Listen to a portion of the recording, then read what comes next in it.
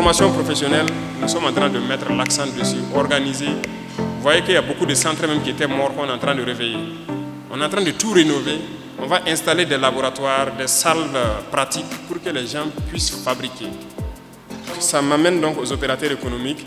Alors, ils ont souhaité qu'on ait une zone industrielle à Manga. C'est une très bonne idée. On va voir le ministère même pour créer des zones industrielles dans toutes les régions. Parce que les industries ne vont pas se concentrer à Bobo ou Ouaga. Non, non, non. On va mettre des industries un peu partout. Parce que là, rien n'est fait d'abord. Il y aura tellement d'industries. Il faut qu'on fabrique, on crée ici. Et je vous invite donc à vous unir aussi pour créer des unités. Il y a des possibilités que plusieurs opérateurs s'unissent, créent une entreprise chacun avec ses parts et ça permet aux jeunes de s'employer. Donc les centres de formation vont continuer à naître et on va continuer à former la jeunesse, à former nos mamans, nos sœurs, à la transformation, aux unités industrielles pour que notre pays puisse être industrialisé et qu'on transforme tout sur place. Les barrages, comme vous l'avez dit, c'est pour accompagner l'agriculture. On est très bien conscient.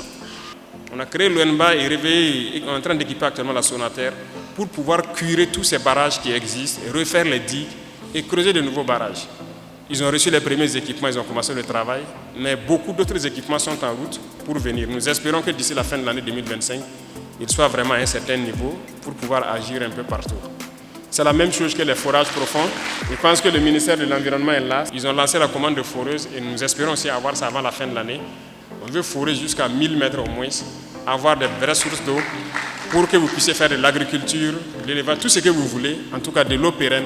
Parlant dans le sens de l'industrialisation, nous avons déjà pris un décret qui oblige, quand il y a une unité qui fabrique quelque chose, c'est obligé, ceux qui importent là, ils payent d'abord là-bas, c'est quand c'est fini qu'ils vont importer. Donc, nous allons consommer ce que nous produisons. La question de crédit, il faut le dire clairement, il faut la monnaie. Sinon, notre système bancaire est arrimé à un système. Les banques au Burkina ne décident pas du taux en tant que tel. Parce qu'eux aussi ils prennent les prêts à un taux donné. Donc, ils sont obligés d'ajouter un peu ici. Et le prêt, c'est à la BCAO. BCAO, ce n'est pas pour nous. Pour le cas de la dette intérieure, je pense qu'il y a des efforts qui sont en train d'être faits au monde économique.